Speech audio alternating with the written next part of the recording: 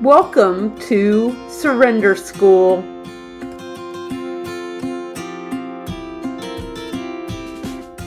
This is the 2023 Quick Step Study. To review, we're going to go back and look at the 12 steps that we've covered. We have covered steps 1 through 9, and today we'll be covering 10, 11, and 12. Step 10, continue to take personal inventory, and when we are wrong, promptly admitted it.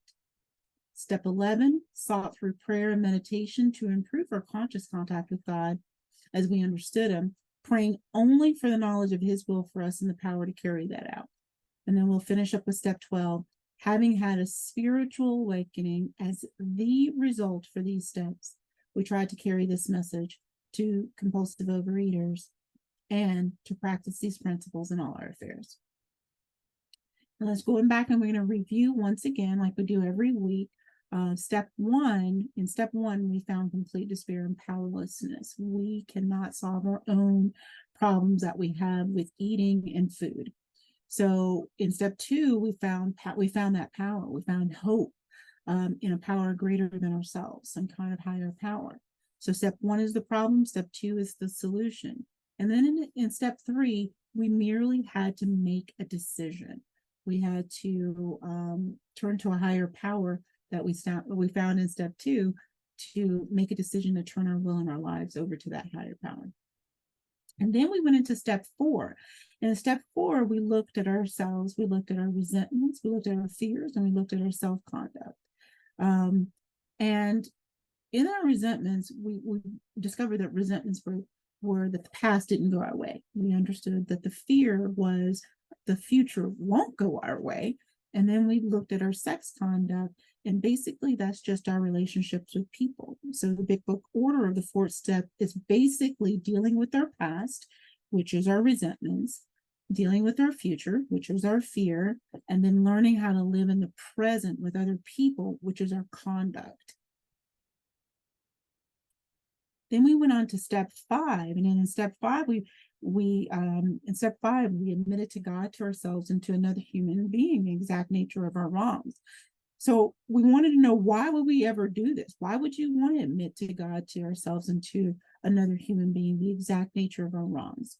If we don't do this vital step, we will not overcome our ability or our problems that we have with food. And it was very clear on page 72 of the Big Book. And then it goes into who we should be taking this 5th step with. Who should we be telling these fears and these actions that we've taken to get here? Who should we be talking to? And what we learned is that we should be able to be with somebody that keeps our confidence, somebody that understands what our disease looks like. We also wanted to make sure it wasn't somebody who was going to co-sign on our behavior. So we learned about the who, and then we went in to learn about how do we take these steps. And then we looked at those 3 forms that we had, step 4 forms. We looked at our resentment forms, and we asked ourselves, we're about our selfishness, our dishonesty. We looked really closely at our dishonesty and self-seeking and our fear. And then we looked at our fear form, and we referred back to the resentment form, if you'll remember that. And then we went on to our sex conduct form, or relationship form. You wanted to know, where had I hurt somebody else? Where was I selfish? Where was I dishonest? Where was I inconsiderate? Did I arouse suspicion? So those were what we started to look at ourselves on.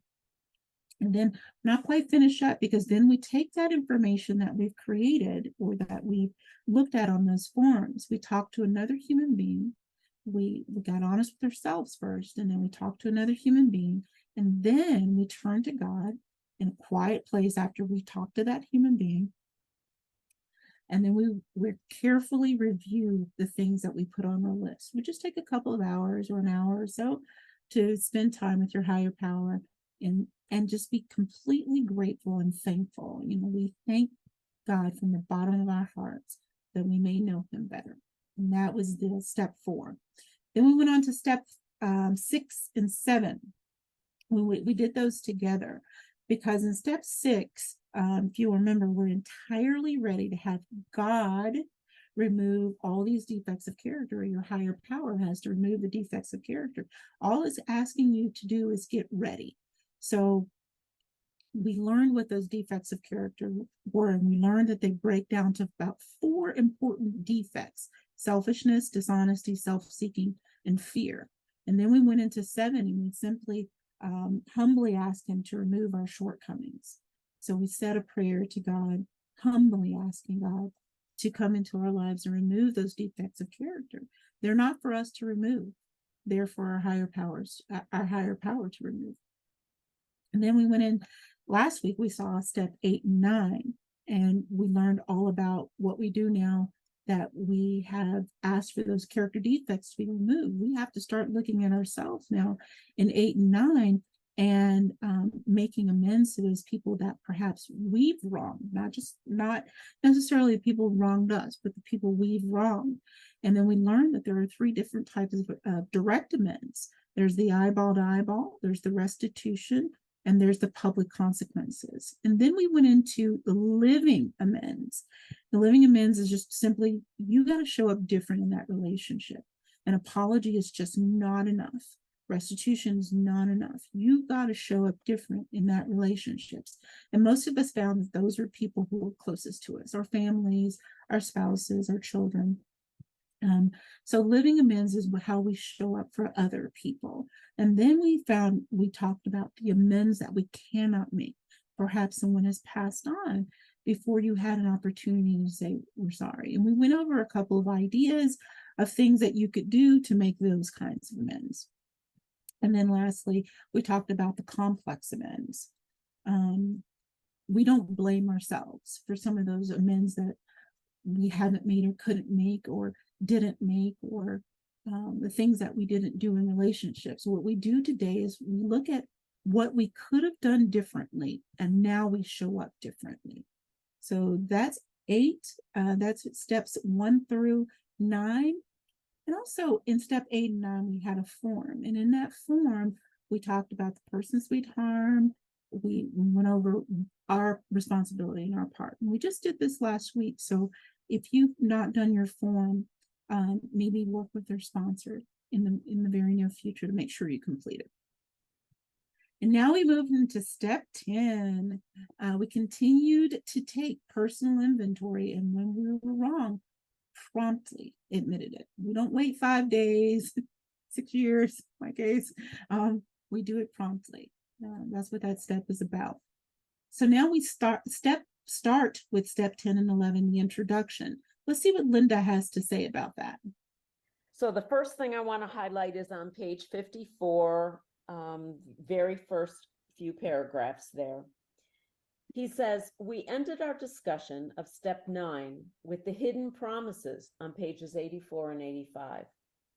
The big book ends those promises with a very clear warning. This is how we react, which is neutrality, food neutrality, so long as we keep in fit spiritual condition. If we do not keep in fit spiritual condition, we will relapse. That's about as clear as you can get.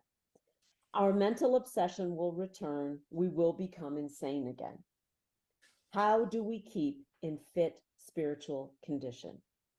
You might recall Dr. Bob's summary of the 12 steps. Clean house, trust God, help others. We will find that once we have recovered, that summary means step 10, clean house, step 11, trust God, and step 12, help others. You know, to me, this is the lens that I use, like the lens through which I see everything. Step 10, 11, and 12. They're kind of my foundational structure for the house of my life that I build on it. And so it's very important to me that I practice these every day. Step 10. For my first 6 years in program, I went through a cycle of recovery and relapse. This happened until I was finally introduced to the Big Book's approach to recovery. As I began to recover using the big book approach, I analyzed what had gone wrong in my first 6 years. I discovered two things that were the main cause of my relapses. All right, let's find out what those two things are. Would someone please read what the two things are that Lori found for his relapses? The first was that I had refused to accept that there were certain foods and eating behaviors that caused me uncontrollable cravings. The notion of the allergy of the body that I discussed at length in our discussion of step 1. I had fallen prey to the notion that all the diets I had ever been on and all the experts I read told me, which was that after I lost my weight, I could eat anything in moderation. So I took back foods that I had eliminated during my weight loss time, tried to eat them in moderation, and soon found out that I was gorging on them. The second, though, was far more serious. There had been a number of times when I was trying to stay away from my trigger foods, but I still found rationalizations to return to them. The mental obsession that I had also discussed at length in step 1. Why was this mental obsession returning? Why were my best efforts not to eat these foods being undermined by my complete lack of will? Oh man, remember that question. Why were my best efforts not to eat these foods being undermined? And in my best efforts, I just couldn't do it. I've been there. And then Linda goes on to tell us what he talks about regarding that. The mistake I had made. Here are the big book's instructions for step 10. Continue to watch for selfishness, dishonesty, resentment, and fear. When these crop up, we ask God at once to remove them. We discuss them with someone immediately and make amends quickly if we have harmed anyone. Then we resolutely turn our thoughts to someone we can help.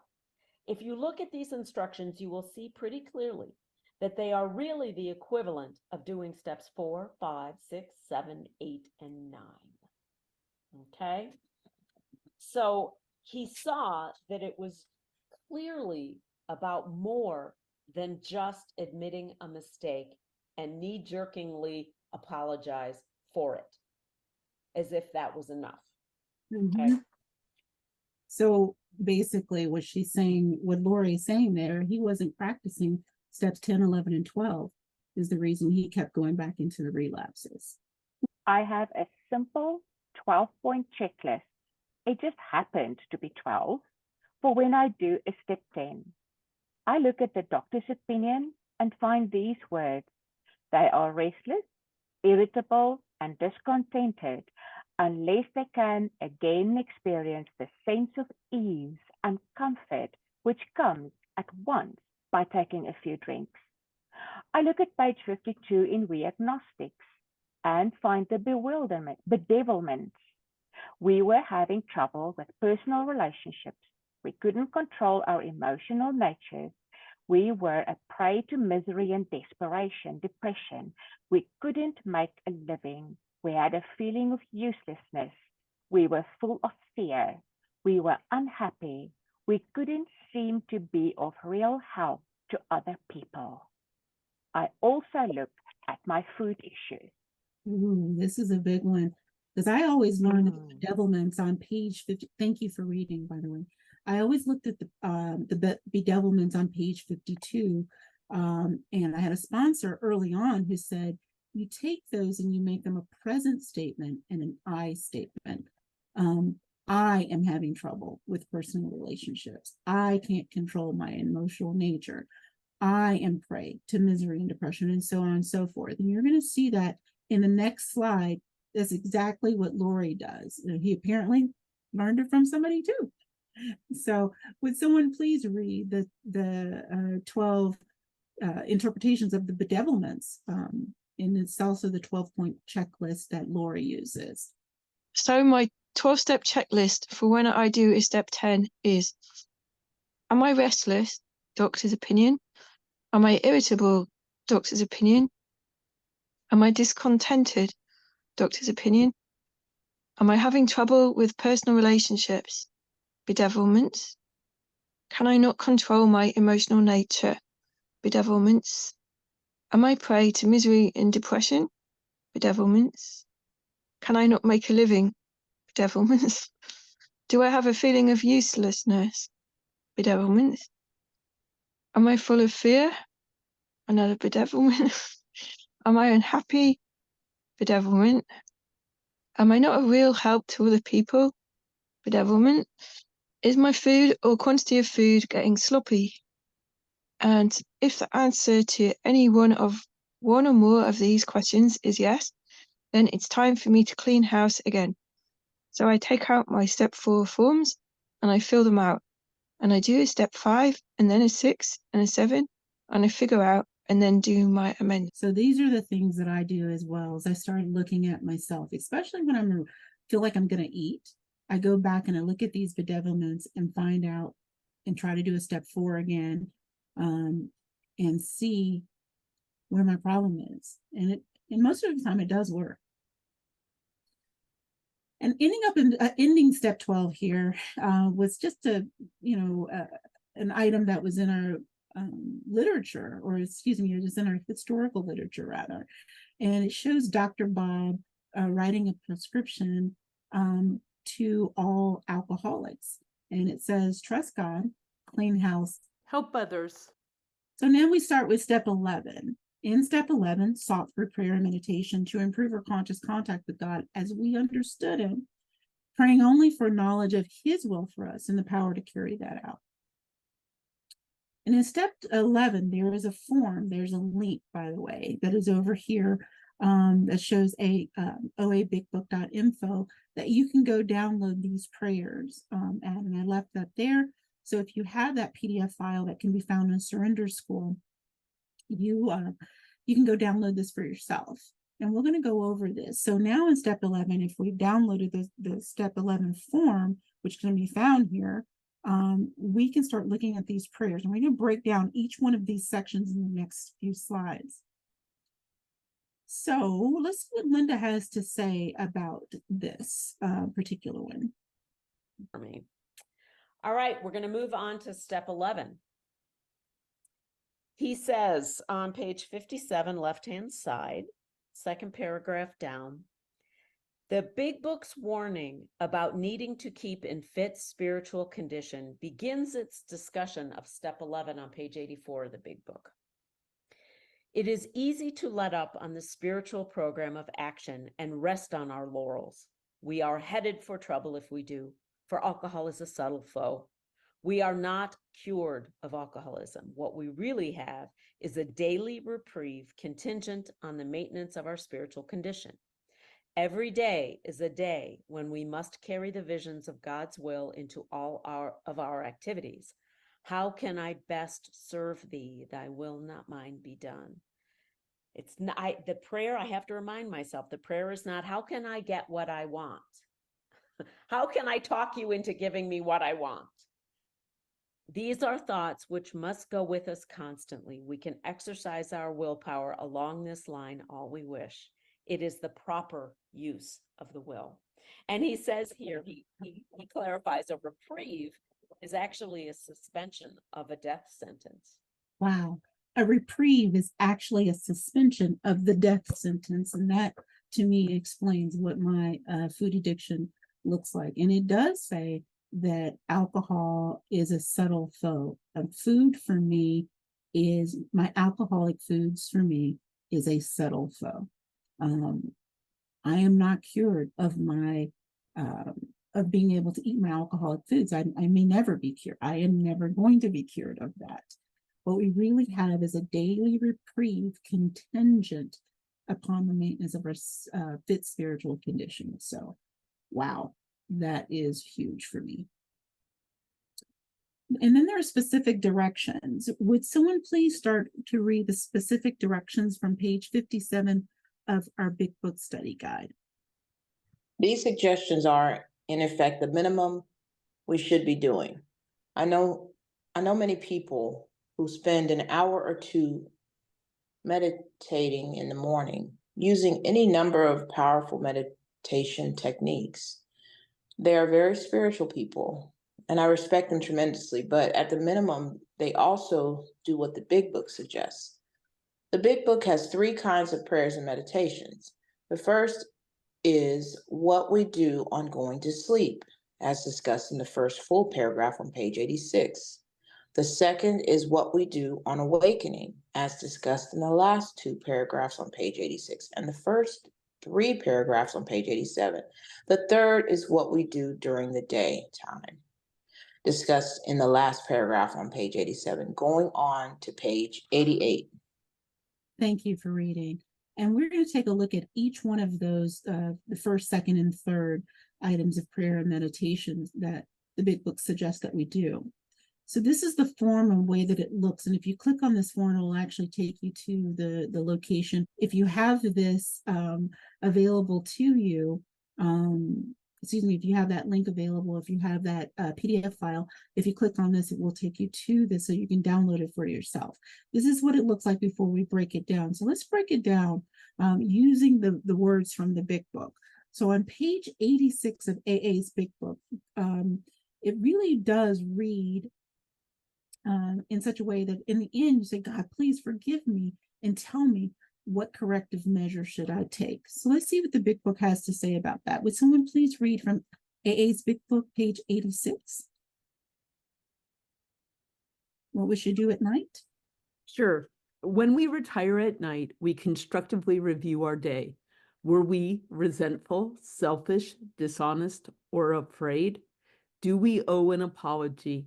Have we kept something to ourselves which should be discussed with another person at once? Were we kind and loving toward all? What could we have done better? Were we thinking of ourselves most of the time? Or were we thinking of what we could do for others, of what we could pack into the stream of life? But we must be careful not to drift into worry, remorse, or morbid reflection, for that would diminish our usefulness to others. After making our review, we ask God's forgiveness and inquire what corrective measures should be taken. Thank you for reading. So we're going to go on and take a look at the center section of that, of what we should do. That was at night. These are the things that we do in the evening before we retire at night. So let's look and see what we should be doing upon wakening.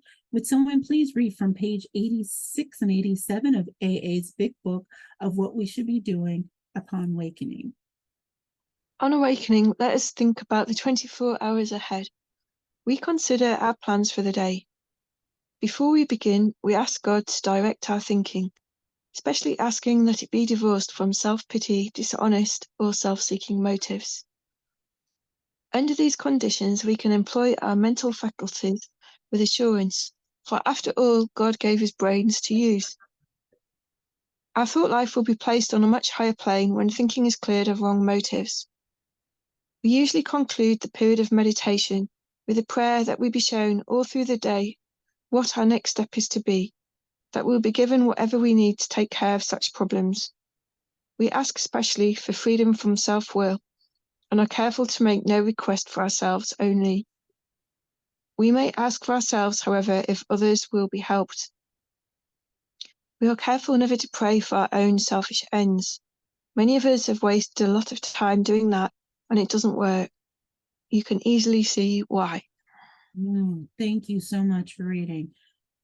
Yes, we can also often easily see our self-centeredness can, you're like, God's not answering my prayer. I used to say that all the time to my sponsor. And she says, well, let's just talk about your prayer. Were you selfish or praying for yourself? Well, of course I was praying. I wanted them to get better so that they could help me. That's not how that worked. So she taught me how to do this.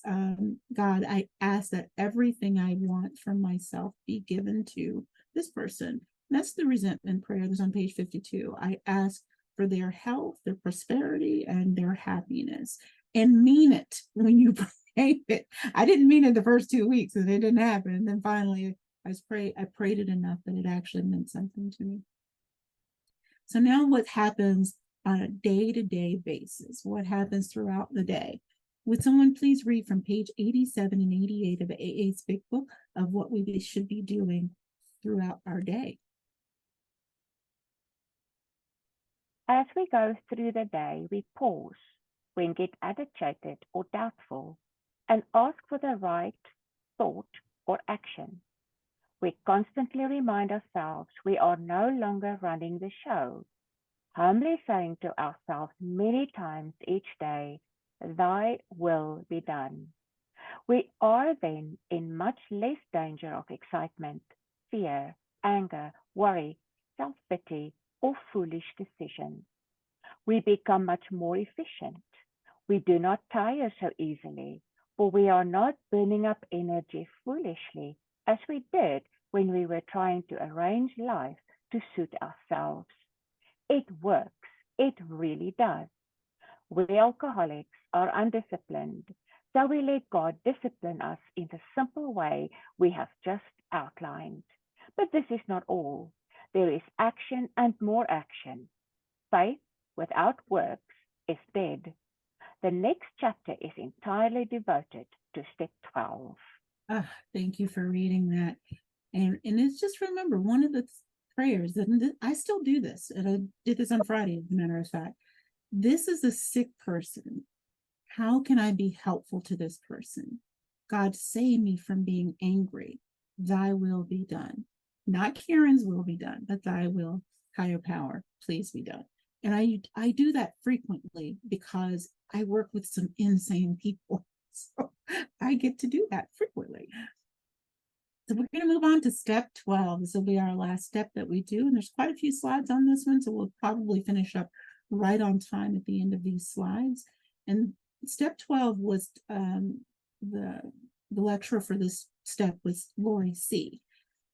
And if you'll notice in the top right corner, he reviews steps 1 through 11 when he starts his lecture. We won't go over that, but we will see what he has to say in a couple of these steps. So step 12, having had a spiritual awakening as the result of these steps, we try to carry this message to alcoholics, compulsive overeaters, and food addicts, and to practice these principles in all our affairs. And in step 12, we have an introduction to why we have to carry this message. Would someone please read the yellow parts of this? And after we do that, we'll see what Lori has to say about why we should be carrying these steps. Step 12, introduction, why we have to carry the message. On page 59, Big Book tells us half measures availed us nothing. 11 12 measures avail us nothing either. We can do the steps from 1 through 11, but if we don't get active and carry the message, we will die. It's that simple. Let me start with quoting Dr. Bob in Dr. Bob's Nightmare, the first story after the text of the Big Book. Dr. Bob, as many of you know, was the co-founder of AA. I spend a great deal of time passing on what I learned to others who want and need it badly. I do it for 4 reasons. 1, sense of duty. 2, it is a pleasure. 3, because in so doing, I'm paying my debt to the man who took time to pass it on to me. And 4, because every time I do it, I take out a little more insurance for myself against a possible slip. Thank you for reading. I appreciate it. And if you also notice on the right side of the screen, we have Dr. Bob's Nightmare, a link to that story. If you're interested in reading it, it actually is profoundly enlightening. See what he has to say about this. So Bill was sitting around with Lois, and according to Lois, he said to her, "I haven't been able to keep one drunk sober." And Lois said, "Yes, you have. You've kept yourself sober." And this was the beginning of Bill's realization that it may be that it was necessary to do what his friend Ebby had said, help anyone you can without hope of reward, property, and prestige, that this was part of a step that had to be done in earnest. At the same time, around the same time, he was talking to Dr. Silkworth about his failures in getting people sober. And Dr. Silkworth said, "Well, isn't your problem that you don't talk enough to them about the desperation that you felt before you accepted the solution that Ebby provided to you? You have to talk to them about the double whammy, the allergy, the obsession. You have to talk to them about the fact that they are powerless and that it is killing them, so that they're desperate enough to take on these spiritual principles that Ebby had spoke to Bill about, and that ultimately became the rest of the 12 steps. And so Bill got that advice from Dr. Silkworth, and then he's stuck in the Mayflower Hotel, May the 11th, 1935, alone, abandoned by friends of his who had banded together to take over a business that the shareholders did not vote for in favor of them. And he's by himself, and it's described in the big book, and it's described in the book Alcoholics Anonymous Comes of Age, both of them OA approved literature, where he's in the hotel and he thinks of going to the bar. And then he thinks about maybe, well, instead of a ginger ale, he could have a couple of drinks. And then he becomes so scared. And he knows, at this point, he knows he must find someone to tell his story to. He must find someone to tell his story to. I think enough is not said in our program that we have to share the message with someone else, not just in the rooms. Sometimes we have to break our own anonymity with people that we meet that may be suffering if they share with us that they're suffering. So yeah, thank you God that he said that. Moving on to page 61 of our Big Book Study Guide, and also from AA's Big Book, page 89. Would someone be willing to read the practical experience, what practical experience shows us? The Big Book expresses this last thought very clearly. The beginning of chapter 7, devoted entirely to step 12, says at page 89, practical experience shows that nothing will so much ensure immunity from drinking as intensive work with other alcoholics. It works when other activities fail.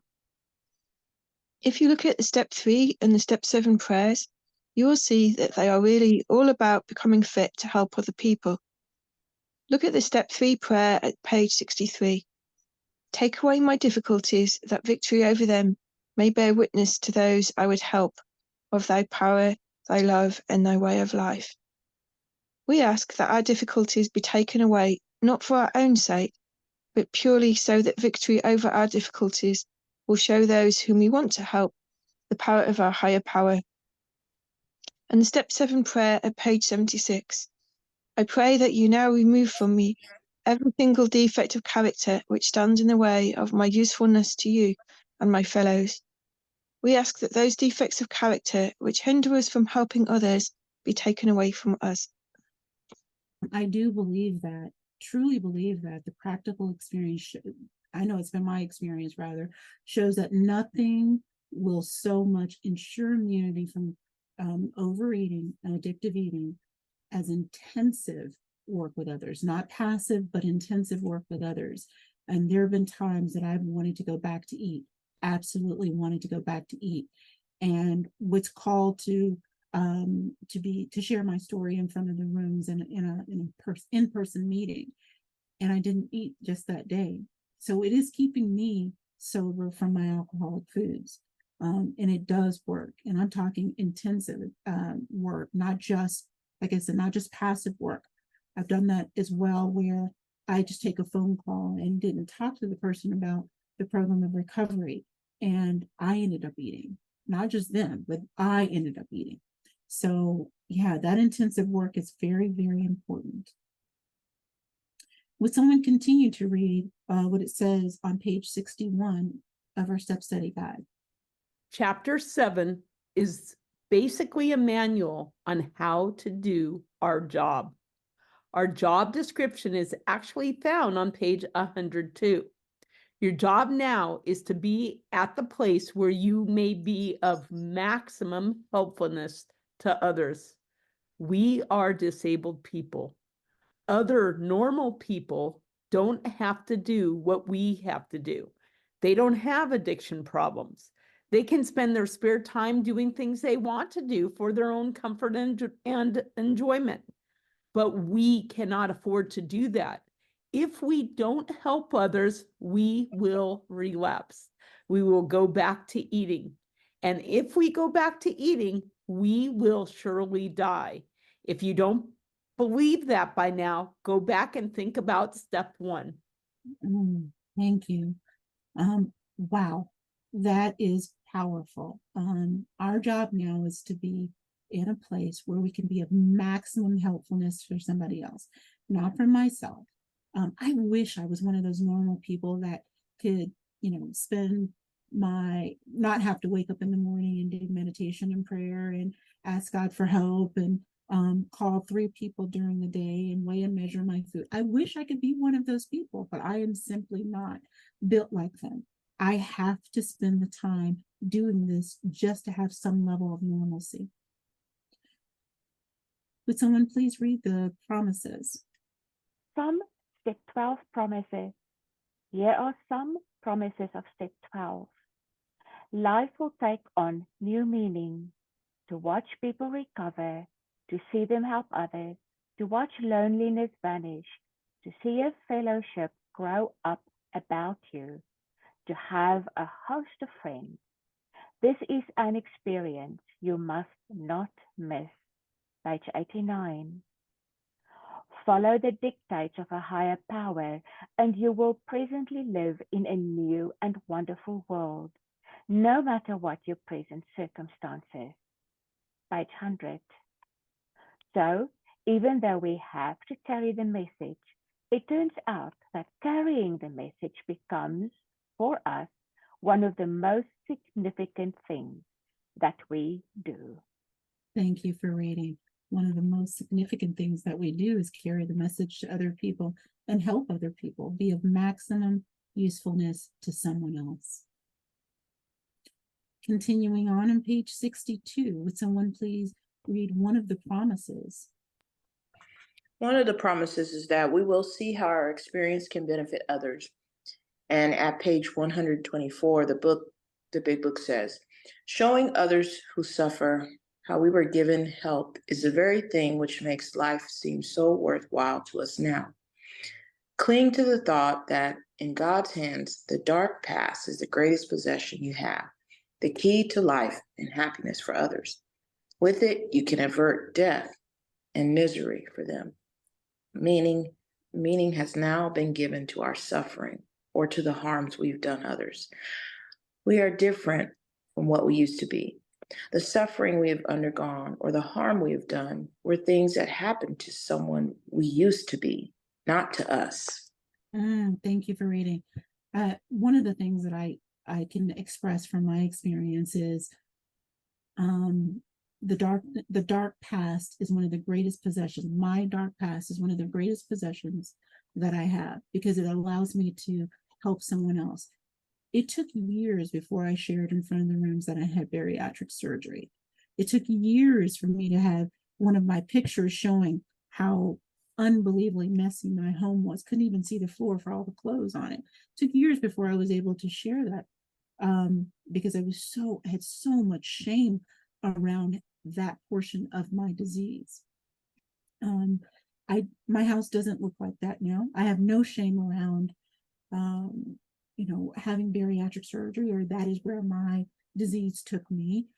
I share it freely, and 9 times out of 10, when I've shared that in front of the rooms, someone always says, me too, almost every time. If I show those pictures of what my home used to look like, my bedroom, not my home, but just my bedroom used to look like, couldn't even see the floor for so many clothes on the floor. There's always that person that says, me too. So it does become a great position. And then they start to think that they too can recover from the seemingly hopeless state of mind and body. How to carry the message from the big book, starting on page 62. Would someone read a little bit about, we're going to see like 3 screens of how to carry the message. Would someone read this first screen of how to carry the message? The big book way? Yet the big book's instructions are actually quite different. Here's the outline of the directions, pages 89 to 91. Finding the alcoholics to give the message to. Remember that the big book was written when AA was only in New York, Akron, and Cleveland.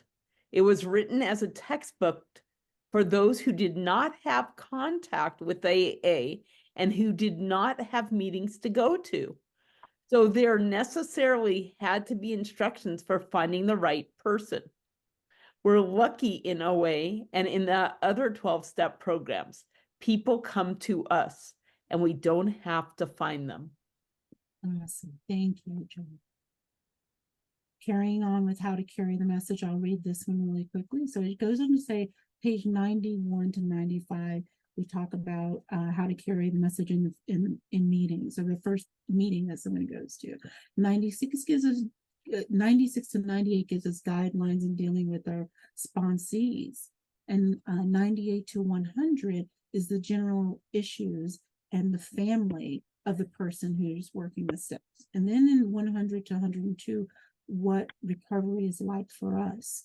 And we are very, very clear on what we emphasize in carrying that message of what recovery looks like for us. So we talk about that first one, talk about carrying the message. We talk about our eating stories, and we tell people, you're probably nothing like me, but I realized that I was a compulsive overeater, because many times when people are walking through these doors for the first time, they don't realize just how sick they really are, that many of us just want to lose weight. So we talk about ourselves in the sense that I was a very sick person. We go on to carry the message. We begin to dwell on the hopelessness of our malady. We talk about how this disease had defeated us so badly and what the 12 steps have done for us. We continue on with faith without works. We tell them how we have to carry this message. If I don't carry this message, I get to stay sick. So we tell them that they're doing us a service by even being there. And if someone would read this one, this is the one that was the most important I wanted to get to. Would someone read this slide for us? How to carry the message the Big Book way. Here are some very important words on page 94. Outline the program of action, explaining how you made a self-appraisal, how you straightened out your past, and why you're now endeavoring to be helpful to him. Then, basically, after pleasantries, you leave. You don't continue the conversation. You don't try to be a friend. You've conveyed information about yourself and told the other person that if he or she is interested, you will do anything to help. The Big Book thus describes a pretty short conversation, maybe a few hours at the most. Then it's up to the other person. Page 96. We find it a waste of time to keep chasing a man who cannot or will not work with you. If you leave such a person alone, he may soon become convinced that he cannot recover by himself. To spend too much time on any one situation is to deny some other alcoholic an opportunity to live and be happy. Wow, and how many times have that happened to us, where we spend a lot of time on a person who says that they want to stop eating when in fact they just wanted to lose weight. I know that I've spent time in it, and I had a sponsor said, you need to step back. It has to be their decision. And it took a while, and it turns out that I wasn't the right person to carry the message to them, and they heard the message from a different person. So it absolutely does work. Would someone continue on from page 98, which is also page 64 of our Big Book study guide, what the Big Book cautions us about? The Big Book cautions us about having the other person become dependent on us. Page 98. The minute we put our work on a service plane, the alcoholic commences to rely upon our assistance rather than upon God. He clamors for this or that, claiming he cannot master alcohol until his material needs are cared for. Nonsense. For Big Book trivialists, this is the shortest sentence in the Big Book. Some of us have taken very hard knocks to learn this truth. Job or no job, wife or no wife. We simply do not stop drinking so long as we place dependence upon other people ahead of dependence on God. burn the idea into the consciousness of every man that he can get well regardless of anyone. The only condition is that they trust in God and clean house. Thank you for reading them. That I've had this experience where I've put my sponsor as my higher power. And I was basically staying abstinent just so that I wouldn't disappoint that person. And when that person had a food break, or they had a slip and they had to go back to day one of their program and they could no longer sponsor me, I gave myself as an excuse to be able to eat. It was nonsense, like the big book says. And I ended up eating for 2 full years over that, because I had not placed my reliance on my higher power, but rather I was putting my reliance on the program or the meetings and that sponsor. So that I warn you, please don't do what I did. The promises of recovery, the big book Promises of Recovery, is quite clear and quite unconditional. Assuming we are spiritually fit, we can do all sorts of things alcoholics are not supposed to do, or food addicts or compulsive overeaters are not supposed to do. People have said we must not go where liquor is served. We must not have it in our homes. We must shun friends who drink. We must avoid moving pictures or movies which show drinking scenes. We must not go into bars. Our friends must hire their bottles in our house. We mustn't think or be reminded about alcohol at all. Our experience shows that this is not necessarily so. We meet these conditions every 365 days. That's every day of our lives we meet these conditions. An alcoholic who cannot meet them still has alcoholic mind. There's something the matter with his spiritual status. For years, I did not believe I could go to restaurants because I literally couldn't control myself when I was in restaurants. There's no way I was going to do portion control when I went to a restaurant. I definitely couldn't avoid Thanksgiving. I definitely couldn't avoid Christmas. Anytime I went to a family function, these were the excuses that I used to go back to eating. There was something wrong with my spiritual status, and I didn't know that for a very long time. So step 12 continued. On page 66, would someone be willing to read this next to the last slide that we're going to have here? Step 12 continued. As the forward to the first edition says, we have recovered from a seemingly hopeless state of mind and body. And the promises of this recovery are the freedom from the bondage of self and the freedom from the bondage of food, the responsibility for achieving a healthy body weight. If we are to be of maximum helpfulness to others, we must carry this message to the compulsive overeater who still suffers, and we must carry that message to the best of our abilities. What kind of a message are we carrying to the newcomer in our room, or to the person who has been coming for some time but hasn't yet worked the steps if we're not working towards a healthy body weight? The compulsive eater who still suffers wants one thing: normalcy. Now, normalcy has 2 parts. The first is the practical one, the certainty that working the steps will allow that person to look normal, to lose weight if he or she is overweight, and to gain weight if he or she is underweight. The second is the one that compulsive eaters who still suffer has never had from any other diet program: the spiritual sanity that provides freedom from food.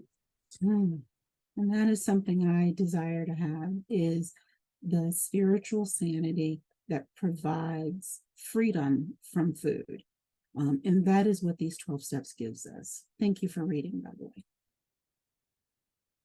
And the responsibility for achieving a healthy body weight. So on page 66 of our Big Book Study Guide, Lori talks a little bit about this. This is one of our last slides. There's one more slide after this. Would someone please read the responsibility for achieving a healthy body weight? We have to model both of those. If we are to be of maximum helpfulness to others, we should neither be living in fat serenity nor be white knuckle abstaining. We don't have to be thin to sponsor, not at all. A person who has 300 pounds to lose, release, and who has recovered within months and is losing weight is a tremendous inspiration, even if still morbidly obese. And there are people whose medical condition is such that they can lose no more weight. But if they have recovered, they can sponsor beautifully.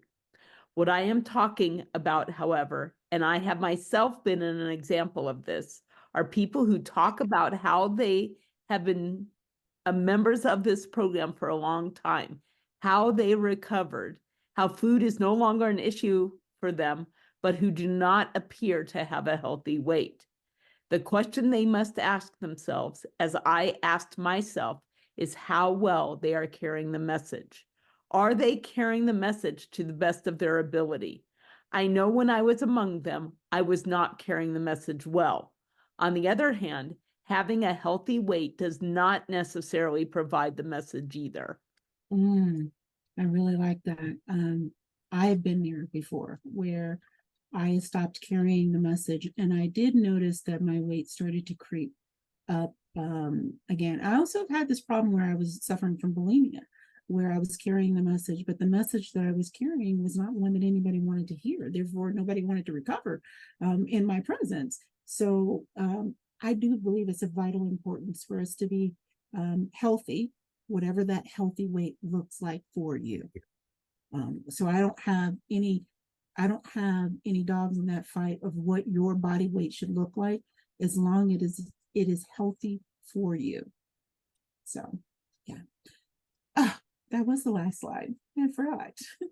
All right, with that, let's close with the serenity prayer. And then once we've done that, we'll stop the recording. And if anybody has anything they'd like to contribute, I'd love to hear from you. See you at our next workshop.